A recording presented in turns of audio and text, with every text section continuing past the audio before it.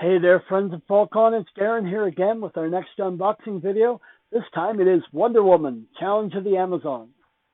This game is part of the FallCon gaming library, sponsored this year by Eastridge Games. Check them out at ergames.ca. Wonder Woman, Challenge of the Amazons was designed by the design group of Prospero Hall. It was published in 2020 by Ravensburger, and the art was done by Jenny Frison. My apologies for any mispronunciations. According to the publisher, Challenge of the Amazons is designed for ages 10 and up, 2 to 5 players, and 45 to 60 minutes. On Board Game Geek, Wonder Woman Challenge of the Amazons has a rating of 7.8 and a weight of 2.43 and is currently ranked 5672 overall with over 100 ratings. The elevator pitch for Wonder Woman Challenge of the Amazons is Wonder Woman and her Amazon allies must defend their home island from enemies. Mechanically, this game includes an action queue, communication limits, cooperation, and variable player powers. All right, let's get a look inside the box. Prospero Hall and Ravensburger have done quite a few different games in the last year or so, Horrified being one of them. And I'm sure if I spent 5 minutes, I could think of a couple of others. But they've really done a lot with IP. So we've got Wonder Woman on the back of a player board from the looks of it. Excellent. Let's slide this out of the way. So, artwork on the back of a box, on the back of a board. Love it. Let's have a look at the back because there we go. That's really good. I like when they put art in the back of the board because it means they were thinking about what went on the back of the board. We have a very simple, straightforward map. We have the Amazon defense running from 20 to 0. We have the enemy health running from 20 to 0. And a number of locations on Thermopylae. The Palace, Monument to Zeus, the Colosseum. Excellent. All right, let's dig deeper into the box and see what else we've got going on.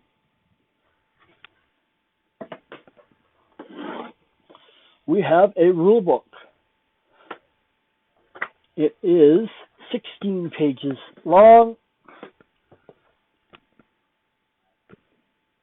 A little bit of instructions, who to start with when you're playing the game. It says Ares, so there are 3 different enemies, Ares, Vegeta, and Circe.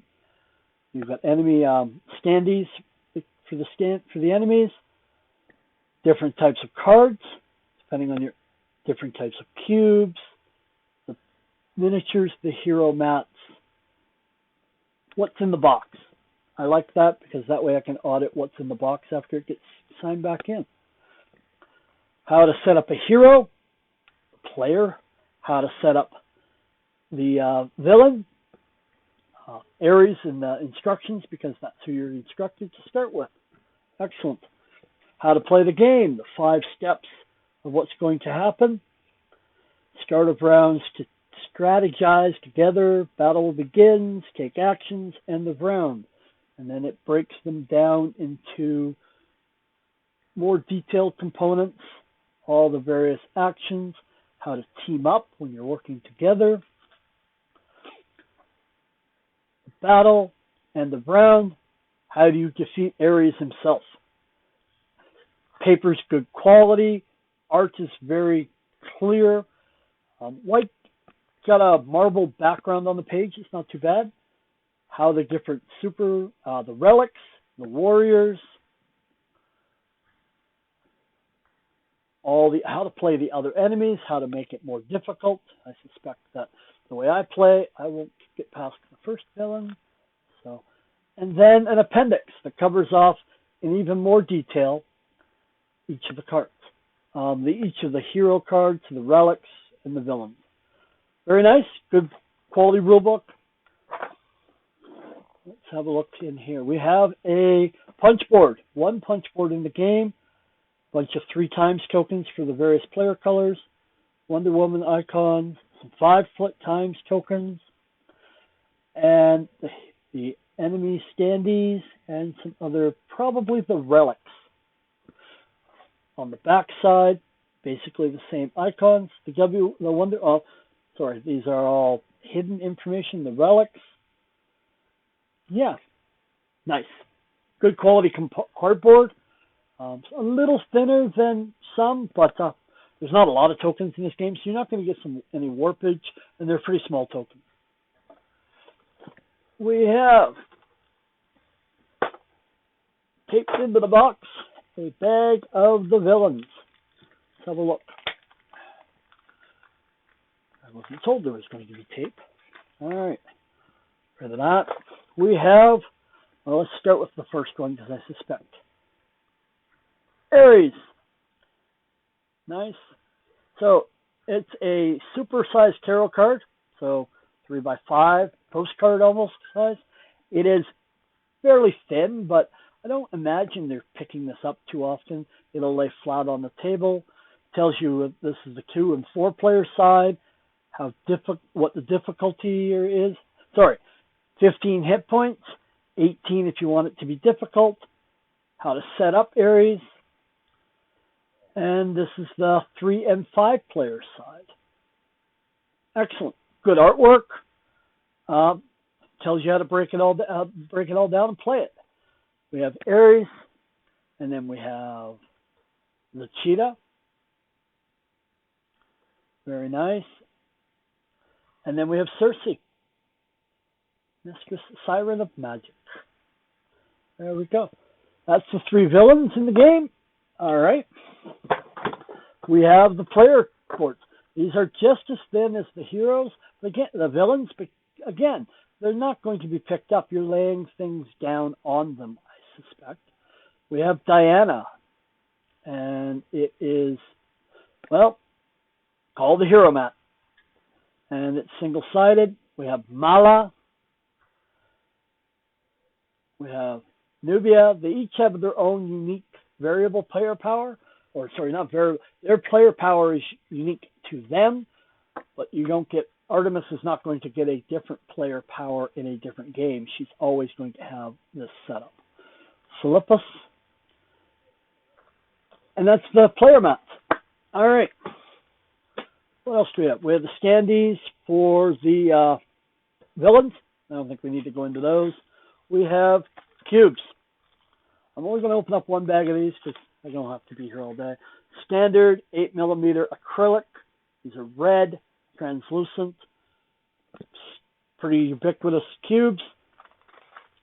We have red ones. We have green ones. And I'll call them white. Somebody else will tell me I'm wrong. And blue. Nice looking cubes. Clear, simple. We have cards. Let's start with the bigger cards. Oh, a big deck of cards. Zip this open.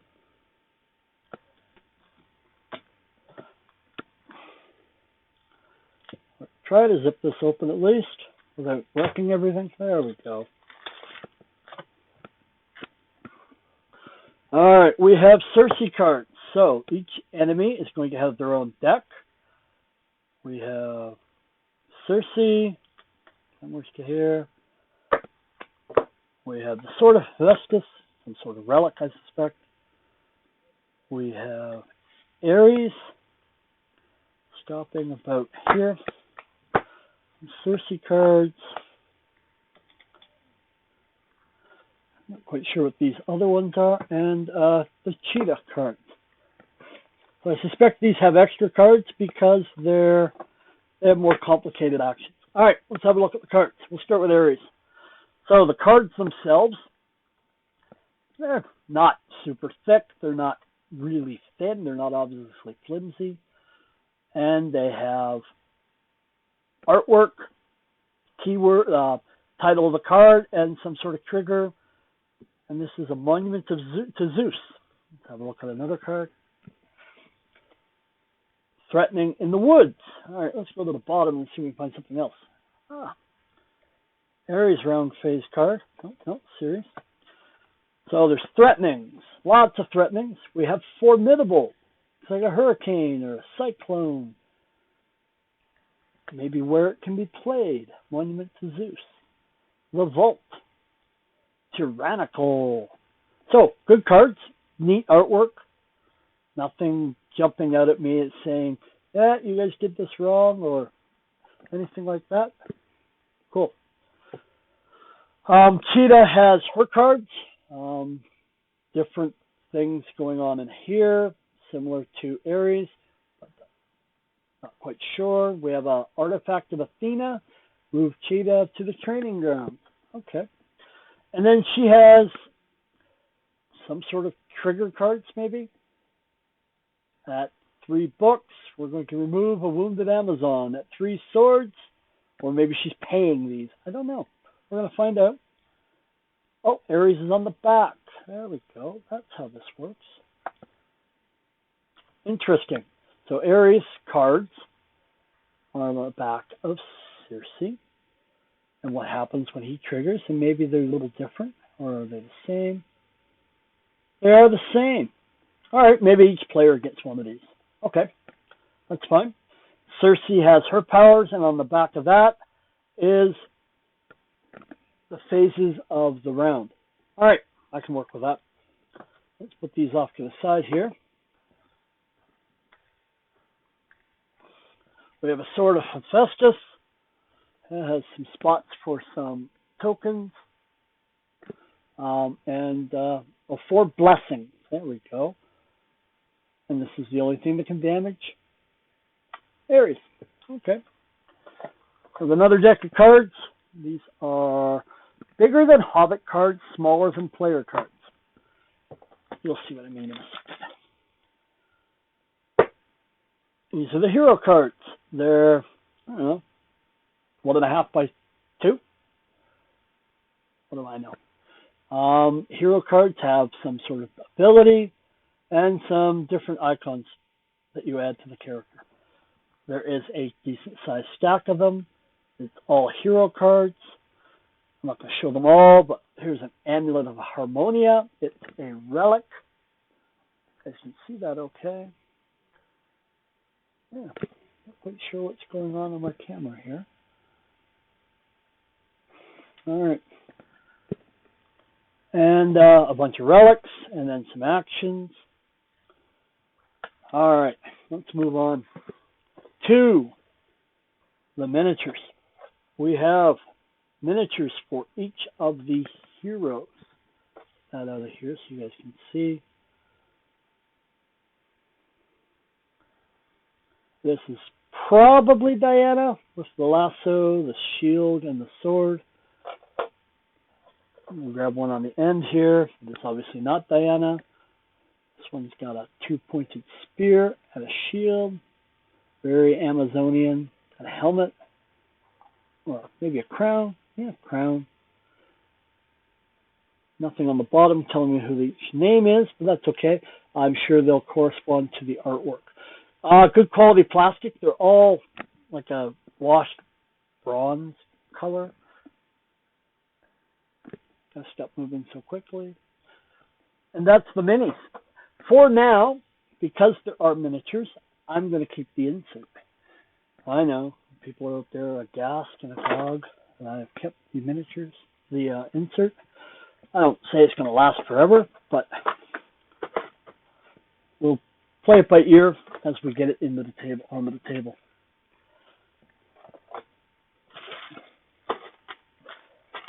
All right. Everything seems to get nicely back into the box.